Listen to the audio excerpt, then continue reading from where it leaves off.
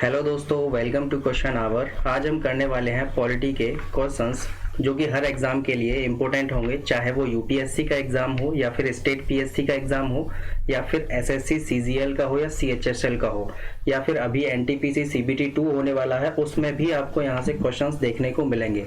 तो चलिए क्वेश्चंस की क्लास को स्टार्ट करते हैं हम। मेरा नाम है संजीव कुमार और आप देख रहे हैं क्वेश्चन आवर। पहला क्वेश्चन है आपके सामने, बताइए whose recommendation is mandatory to impeach the President of India from his office before the completion of his or her tenure या फिर term। Option A is the Prime Minister, option B is the Speaker of the Lok Sabha and option C is the Chief Justice of India and option D is the two houses of the Parliament। Question number 1 है, भारत के राष्ट्रपति को उनके कार्यकाल की समाप्ति से पूर्व महाभियोग करने के लिए किसी अनुशंसा अनिवार्य है? किसकी अनुशंसा अनिवार्य है? तो देखिए, इस क्वेश्चन का आंसर बताने से पहले मैं आपको एक आर्टिकल बताना चाहता हूं, आर्टिकल नंबर 61। तो देखिए, आर्टिकल नंबर 61 में लिखा हुआ है इम्पीचमेंट प्रोसेस। किसके लिए है ये impeachment? Impeachment process on president, यानी कि राष्ट्रपति पर इम्पीचमेंट प्रोसेस। देखिए, इम्पीचमेंट प्रोसेस किसी भी व्यक्ति पर कब लगता है? जब कोई व्यक्ति या फिर प्रेसिडेंट अगर कॉन्स्टिट्यूशन का यानी कि माननीय संविधान का हनन करते हैं या फिर कोई भी गलत काम करते हैं यानी कि कॉन्स्टिट्यूशन का वायलेंस करते हैं तो उन पर इम्पीचमेंट का प्रोसेस लाया जाता है। देखिए, इस क्वेश्चन का जो आंसर हो जाएगा वो हो जाएगा ऑप्शन नंबर डी, यानी कि संसद के दोनों सदन से अनिवार्य होनी चाहिए, अनुशंसा अनिवार्य होनी चाहिए, the two houses of the parliament. देखिए, अब हम बात करते हैं कि इम्पीचमेंट का प्रोसेस कैसे कैसे स्टार्ट होता है। तो सबसे पहले इसमें 14 दिन पहले यानी कि 14 डेज पहले राष्ट्रपति को सूचना दे दी जाती है कि आपके खिलाफ इम्पीचमेंट का प्रोसेस आ रहा है। इसको या तो लोकसभा में लेके आ सकते हैं या फिर राज्यसभा में लेके आ सकते हैं। कितने मेंबर लेके आएंगे इस प्रस्ताव को? तो 1/4 मेंबर इस प्रस्ताव को लेके आएंगे, ये आपको याद रखना है। यानी कि 1/4 जो है इस प्रस्ताव को लेके आएंगे और पूरी जांच होगी उसके बाद, यानी कि एक कमेटी गठित की जाएगी। अगर उसमें ऐसा लगता है कि प्रेसिडेंट जी ने कॉन्स्टिट्यूशन का वायलेंस किया है तो उसके बाद 2/3 यानी कि 2/3 मेजोरिटी से अगर ये प्रोसेस पास हो जाता है तो प्रेसिडेंट का हटना तय है। यानी कि 2/3 मेजोरिटी बहुत इंपॉर्टेंट है। यहाँ पर ये क्वेश्चन बहुत बार पूछा गया है कि कितनी मेजोरिटी होनी चाहिए। तो 2/3 मेजोरिटी यानी कि अगर 2/3 लोगों की मंजूरी मिल जाती है तो प्रेसिडेंट जी का हटना तय है। यहाँ पर क्वेश्चन पूछा गया था आर्टिकल 61 से रिलेटेड, यानी कि इम्पीचमेंट प्रोसेस से रिलेटेड। चलिए, इस क्वेश्चन का आंसर है ऑप्शन नंबर डी। दूसरा क्वेश्चन है आपके सामने, भारतीय संविधान में कितने प्रकार के न्यायिक आदेश हैं? यानी कि how many types of the writ are there in the Indian constitution? बताइए, इस क्वेश्चन का आंसर बताइए। देखिए, हमारे इंडियन कॉन्स्टिट्यूशन में आर्टिकल नंबर 32, ये बहुत इंपॉर्टेंट आर्टिकल है। इस आर्टिकल में 5 रिट है। ठीक है, ये 5 रिट पूछी जाती हैं एग्जाम में, इनके आप नाम याद रखिए। पहली जो रिट है उसका नाम है हैबियस कॉर्पस, दूसरी है मैंडमस। स्पेलिंग एक बार आप चेक कर लेना, मैं स्पेलिंग का यहाँ पर देख के नहीं लिख रहा हूं। तो हैबियस कॉर्पस, मैंडमस, प्रोहिबिशन, सर्टेररी और एक है को वारंटो। ये 5 रिट हैं। इन 5 रिट को हाई कोर्ट या सुप्रीम कोर्ट दोनों जारी कर सकते हैं आर्टिकल नंबर 32 का इस्तेमाल करके। तो इस क्वेश्चन का आंसर है ऑप्शन नंबर ए, यानी कि कितनी रिट हैं हमारे इंडियन कॉन्स्टिट्यूशन में? तो 5 रिट हैं। आप इनके हिंदी में नाम न याद करें तो ज्यादा ही अच्छा रहेगा। हिंदी में इनके जो नाम है वो काफी खतरनाक वाले वर्ड है, तो आप इंग्लिश में ही याद रखें। बहुत सिंपल वर्ड है, habeas corpus, mandamus, prohibition, certiorari and quo warranto. चलिए, नेक्स्ट क्वेश्चन है क्वेश्चन नंबर 3।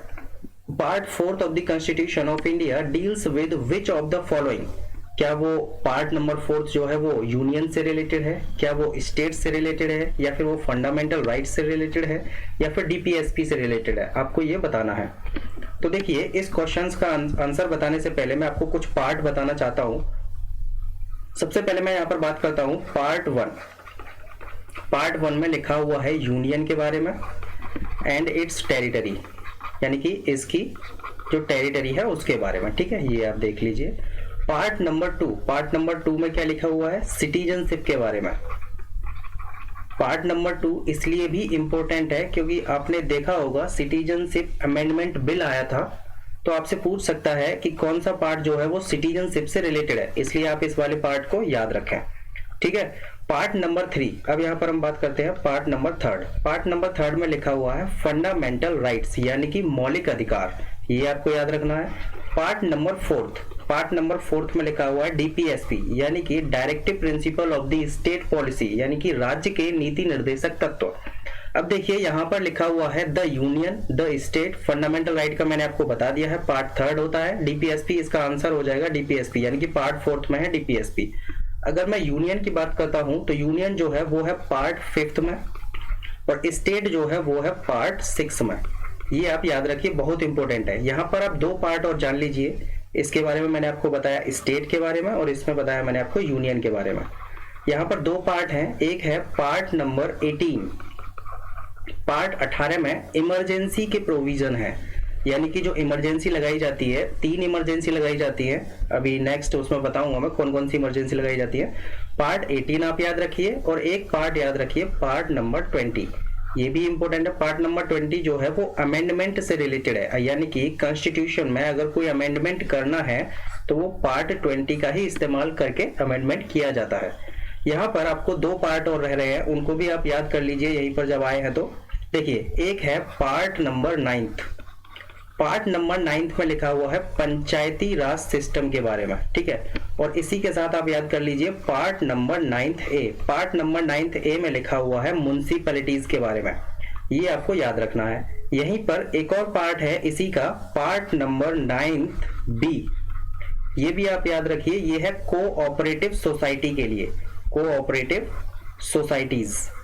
ये बहुत इंपॉर्टेंट पार्ट्स हैं जो मैंने यहाँ पर बताए हैं, वो सारे इंपॉर्टेंट पार्ट हैं। इस क्वेश्चन का आंसर हो जाएगा यानी कि ऑप्शन नंबर डी। चलिए नेक्स्ट क्वेश्चन है, how many fundamental duties are mentioned in the Indian constitution, यानी कि भारतीय संविधान में कितने मौलिक कर्तव्य उल्लिखित हैं, आपको बताने हैं। Option A is 5, option B is 7, option C is 9 and option D is 11। देखिए, फंडामेंटल ड्यूटीज के बारे में अगर मैं बात करता हूं तो एक क्वेश्चन ये भी पूछा जाता है, क्या फंडामेंटल ड्यूटीज संविधान जब बनाया गया था उस टाइम पर थे, तो आपने आंसर करना है कि उस टाइम पर ये नहीं थे। जब नहीं थे तो ये कब जोड़े गए थे, तो 42nd कॉन्स्टिट्यूशन अमेंडमेंट किया गया था, 42nd कॉन्स्टिट्यूशन अमेंडमेंट किया गया था और उसमें इनको जोड़ा गया था। कितने फंडामेंटल ड्यूटीज जोड़े गए थे, तो 10 फंडामेंटल ड्यूटीज जोड़े गए थे। अब चलिए, इस क्वेश्चन का आंसर हो जाएगा 11, बट मैंने आपको बताया है सिर्फ 10 जोड़े गए थे उस टाइम पर। तो जो एक और जोड़ा गया था वो जोड़ा गया था 86 नंबर का कॉन्स्टिट्यूशन अमेंडमेंट किया गया था 2002 में, ये आपको याद रखना है। ये 42nd का कब किया गया था, ये किया गया था 1976 में, ये भी आपको याद रखना है। अगर आपसे आर्टिकल के बारे में पूछता है तो आप आर्टिकल नंबर 51A बताएंगे फंडामेंटल ड्यूटीज के लिए, यानी कि जो हमारे मौलिक कर्तव्य है वो फंडामेंटल ड्यूटी जो है वो आर्टिकल नंबर 51A में लिखी हुई है। ये पहले जो थे ये 10 थे, फिर बाद में इनको 11 किया गया। जो 11वां जोड़ा गया था वो जोड़ा गया था 86 कॉन्स्टिट्यूशन अमेंडमेंट 2002 में, अटल बिहारी वाजपेयी जी के टाइम पर, ठीक है, आप ये याद रखिए। चलिए नेक्स्ट क्वेश्चन है आपके सामने, What is the literal meaning of the term co-guarantor? ये मैंने अभी आपको 5 रिट बताई हैं, उन्हीं में से ये वाली है को-गारंटो। मैंने आपको 5 रिट बताई हैं, habeas corpus, mandamus, prohibition, certiorari and quo warranto. तो यहाँ पर पूछा गया है कि what is the meaning of the quo warranto, quo warranto का मीनिंग क्या होता है। तो देखिए, को-गारंटो का मतलब होता है बाय व्हाट अथॉरिटी वारंट, यानी कि किस अधिकार वारंट से, यानी कि किस अधिकार से। देखिए, को-गारंटो एक्चुअली होती क्या है, अगर देखो इसको एक एग्जांपल से समझिए। अगर किसी व्यक्ति को पुलिस पकड़ने जाती है तो उस व्यक्ति को ये अधिकार है जानने का कि वो किस बेस पर उसको गिरफ्तार कर रही है। अगर उसको लगता है कि मुझे बेवजह गिरफ्तार किया गया है तो वो आर्टिकल नंबर 32 का इस्तेमाल करके हाई कोर्ट जा सकता है या सुप्रीम कोर्ट जा सकता है, ठीक है। तो यहाँ पर कोवेलेंट को सिर्फ मतलब पूछा गया था, वो ऑप्शन नंबर सी जो है वो इसका करेक्ट हो जाएगा। चलिए नेक्स्ट क्वेश्चन है आपके सामने, in the Indian constitution the method of the election of the president has been taken from which country. ये बताइए कि प्रेसिडेंट का जो इलेक्शन लिया गया है वो किस कंट्री से लिया गया है। तो देखिए आपको पता होगा जो हमारे रामनाथ कोविंद जी हैं ये 14th नंबर के प्रेसिडेंट हैं, आप ये याद रख लीजिए, इंपॉर्टेंट है। आर्टिकल नंबर 52 बहुत इंपॉर्टेंट है, ये किससे रिलेटेड है, ये प्रेसिडेंट से ही रिलेटेड है, यानी कि हमारे यहाँ पर एक प्रेसिडेंट होंगे, ये आर्टिकल नंबर 52 में लिखा हुआ है। आर्टिकल नंबर 61 मैंने अभी आपको बताया है, जिसमें कि लिखा हुआ है, क्या लिखा हुआ है, इम्पीचमेंट का प्रोसेस। किसके ऊपर इम्पीचमेंट का प्रोसेस, प्रेसिडेंट के लिए इम्पीचमेंट का प्रोसेस। ठीक है, ये आप याद रखिए। देखिए एक आर्टिकल आप याद रखिएगा, आर्टिकल नंबर 53, आर्टिकल नंबर 53 में लिखा हुआ है कि जो हमारे प्रेसिडेंट होंगे वो सुप्रीमी डिफेंस ऑफिसर होंगे, जो भी हमारी फोर्सेस हैं, यानी कि हमारी तीनों सेनाओं के जो प्रमुख होंगे वो कौन होंगे, प्रेसिडेंट होंगे। ये आर्टिकल नंबर 53 में लिखा हुआ है। हम अपने क्वेश्चन पर आते हैं। क्वेश्चन में हमसे सिर्फ इलेक्शन के बारे में पूछा है, यानी कि इलेक्शन ऑफ द प्रेसिडेंट हमने कहां से लिया है, तो वो हमने लिया है आयरलैंड के कॉन्स्टिट्यूशन से। और क्या लिया है हमने आयरलैंड के कॉन्स्टिट्यूशन से, मैंने अभी आपको बताया था डीपीएसपी के बारे में, यानी कि directive principle of the state policy, जो कि आर्टिकल नंबर 36 से लेकर के आर्टिकल नंबर 51 तक है। ये मैंने अभी आपको बताया था, और पार्ट 4 बताया था मैंने इसके बारे में। ये जो लिए गए हैं ये भी हमने आयरलैंड के कॉन्स्टिट्यूशन से लिए हैं। ये क्वेश्चन पूछा जाता है, आप इसको याद रखिए। चलिए नेक्स्ट क्वेश्चन है, who among the following gave the monistic theory of the sovereignty. Factual question है, आराम से पढ़ लीजिए, अगर आंसर आता है तो ठीक है, नहीं तो इसका आंसर हो जाएगा ऑप्शन नंबर ए, यानी कि ऑस्टिन। नेक्स्ट क्वेश्चन है, who administers the oath of the president of India, यानी कि प्रेसिडेंट जो हमारे यहाँ के होते हैं उनको ओथ कौन दिलाता है, यानी कि शपथ कौन दिलाता है। देखिए बताइए शपथ कौन दिलाता है। तो जो शपथ दिलाई जाती है वो दिलाई जाती है चीफ जस्टिस ऑफ इंडिया के द्वारा। अगर ऐसा हो जाए कि चीफ जस्टिस ऑफ इंडिया ना हो तो क्या होगा, तो सुप्रीम कोर्ट का अगर कोई वरिष्ठ जज है तो वो शपथ दिला सकता है, ऐसी कंडीशन में जब चीफ जस्टिस ऑफ इंडिया ना हो, उस कंडीशन में। ठीक है, वैसे बेसिकली आज तक ऐसा केस आया नहीं है, चीफ जस्टिस ऑफ इंडिया जो है वो रहते ही है। ठीक है, इस क्वेश्चन का आंसर हो जाएगा ऑप्शन नंबर बी। ओथ के बारे में कहां पर लिखा हुआ है, देखिए आपने शेड्यूल्स के बारे में पढ़ा होगा, यानी कि अनुसूचियों के बारे में पढ़ा होगा। तो अनुसूचियों में एक अनुसूची ऐसी है जिसमें कि ओथ के बारे में लिखा है, यानी कि शपथ के बारे में लिखा है, तो वो लिखा हुआ है अनुसूची, यानी कि schedule number SCHEDULES, schedule number 3, यानी कि शेड्यूल नंबर 3 में लिखा हुआ है ओथ के बारे में। आप इसको कैसे याद रखेंगे, इसकी एक ट्रिक जान लीजिए। तीसरा आप ऐसे लिखते हैं, ती से हो जाएगा यहाँ पर 3 और स से हो जाएगा यहाँ पर शपथ।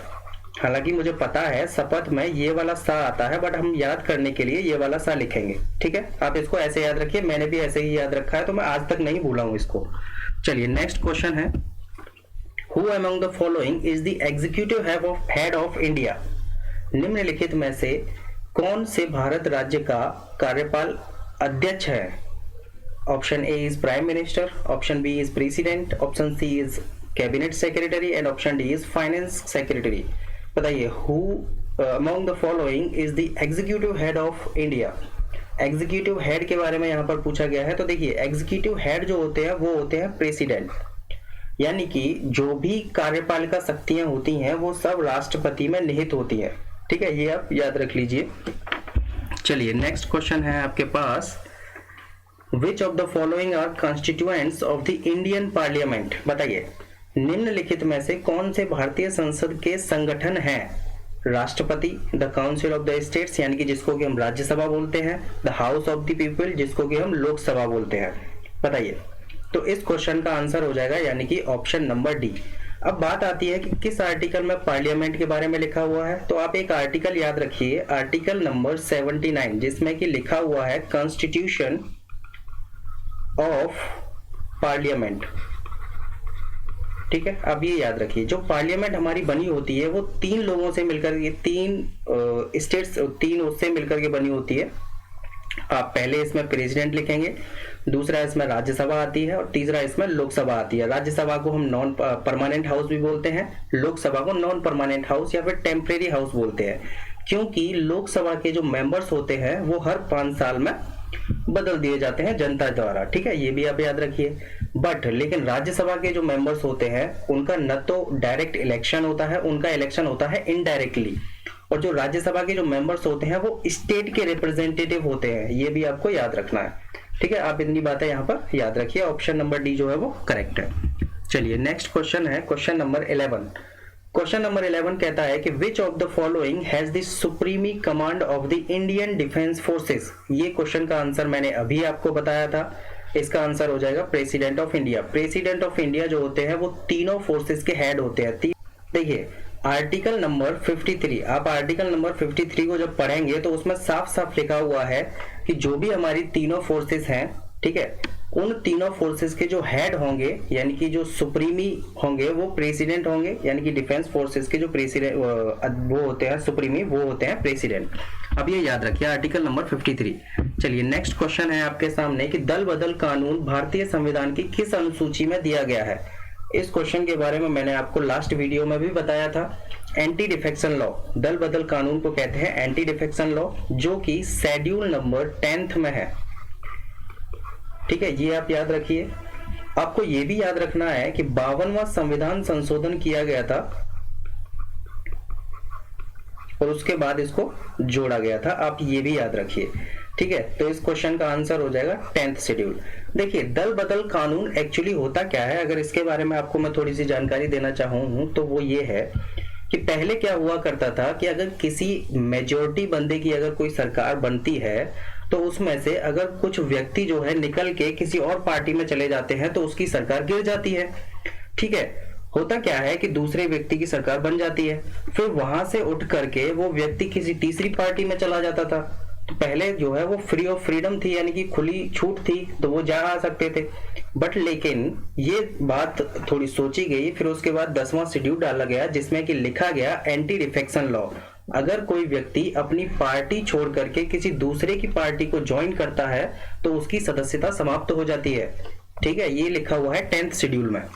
चलिए नेक्स्ट क्वेश्चन है question number 13। What is the literal meaning of the certiorari. ये मैंने आपको 5 रेट बताई थी, उसी में से एक यहाँ पर लिखी हुई है। कोवेरेंटो का मतलब मैंने अभी आपको पीछे बता दिया था, आपको बताना है सर्टेनरी के बारे में। बताइए। देखिए टू फॉरवर्ड, इसका मतलब होता है, नहीं टू फॉरवर्ड नहीं होता है, to be certified, to be informed. Certiorari का मतलब होता है कि किसी व्यक्ति को आपको सूचना देनी होगी और उसको इन्फॉर्म करना होगा, ठीक है, अब याद रखिए इसको। चलिए नेक्स्ट क्वेश्चन है कि who appoints the governor of a state in India. Governors को कौन अपॉइंट करता है, क्या प्राइम मिनिस्टर अपॉइंट करते हैं, या प्रेसिडेंट अपॉइंट करते हैं, या काउंसिल ऑफ मिनिस्टर अपॉइंट करते हैं, या फिर सुप्रीम कोर्ट के जो जज होते हैं वो अपॉइंट करते हैं, बताइए। तो देखिए प्रेसिडेंट ऑफ इंडिया जो है वो अपॉइंटमेंट करते हैं, ये आपको याद रखना है। किस आर्टिकल के तहत करते हैं, तो आर्टिकल नंबर आप याद रखिए 156। चलिए दूसरा क्वेश्चन है question number 15। Which article of the Indian constitution has the provision for the national emergency. देखिए नेशनल इमरजेंसी या फिर कोई भी इमरजेंसी की बात करता है तो यहाँ से कुछ फेमस क्वेश्चन पूछे जाते हैं, उसके बारे में आपको मैं बताता हूँ।